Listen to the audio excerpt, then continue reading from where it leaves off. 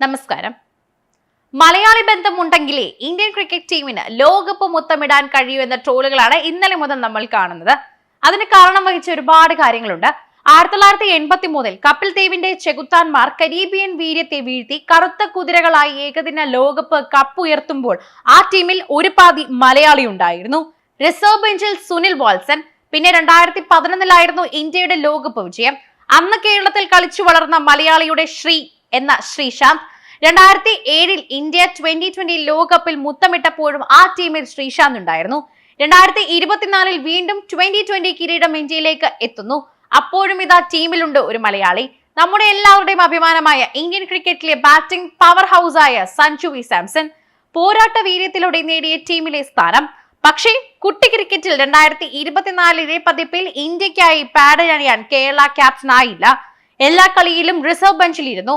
അപ്പോഴും മലയാളി ഭാഗ്യം ഇന്ത്യക്ക് ലോകകപ്പ് നൽകുകയാണ്.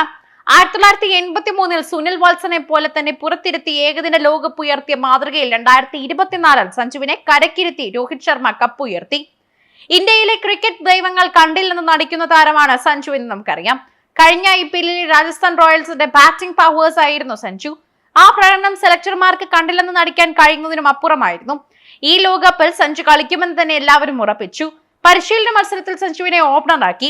നിർഭാഗ്യ വിക്കറ്റുമായി പോയപ്പോൾ സഞ്ജുവിന് പിന്നെ ഗാലറിയിൽ ഇരിക്കാനായിരുന്നു യോഗം. ടീം എല്ലാ കളികളും ജയിച്ച് ഫൈനൽ വരെ എത്തിയത് കൊണ്ട് തന്നെ പരീക്ഷണങ്ങൾക്ക് മാനേജ്മെന്റ് മുതിർന്നില്ല. വിരാട് കോഹ്ലി മാത്രമായിരുന്നു ഫോമിൽ തീരെ മങ്ങിയത്. കോഹ്ലിയെ പുറത്തിരുത്താൻ കഴിയുമായിരുന്നില്ല എന്നതും വളരെയധികം വാസ്തവമായ കാര്യമാണ്. എന്നാൽ അവസാന കളിയിൽ കോഹ്ലി തന്നെ വേണ്ടി വന്നു. അങ്ങനെ സഞ്ജു റിസർവ് ബെഞ്ചിൽ കളി കണ്ടു. അപ്പോഴും ലോകകപ്പിലെ കിരീട ഭാഗ്യം ഇന്ത്യക്കാകുന്നു. ഇതോടെ ലോകകപ്പ് ജയിച്ച ടീമിൽ കളിക്കാനായ ഏക മലയാളി താരമായി ശ്രീശാന്ത് തുടരുകയും ചെയ്തു. കഴിഞ്ഞ വർഷത്തെ ഏകദിന ലോകകപ്പിലും ഇന്ത്യ ഫൈനലിൽ എത്തിയിരുന്നു. അന്നും ഇന്ത്യൻ ടീമിൽ മലയാളി സാന്നിധ്യം ഉണ്ടായിരുന്നു. പാതി മലയാളിയായ ശ്രേയസ് അയ്യർ. പക്ഷേ ആ ഫൈനലിൽ ഇന്ത്യക്ക് നിരാശയായിരുന്നു ഫലം.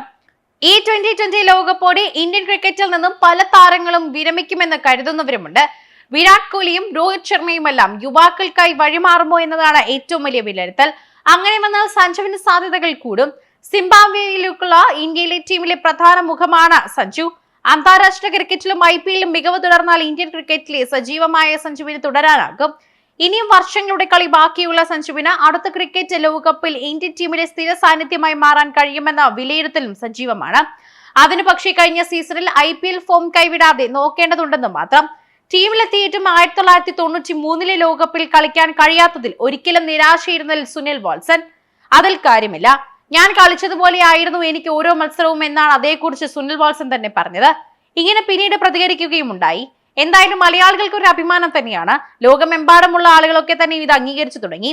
ശ്രീശാന്തിന് പിന്നാലെ സഞ്ജു സാംസൺ കൂടി മലയാളികൾക്ക് അഭിമാനമായി ടീമിലുണ്ടായിരുന്നു. ബെഞ്ചിലിരുന്നുവെങ്കിലും ടീമിൽ ഉണ്ടായിരുന്നത് കൊണ്ടാണ് ജയിച്ചതെന്ന് പറയുന്ന മലയാളികളും ചില്ലറയൊന്നുമല്ല.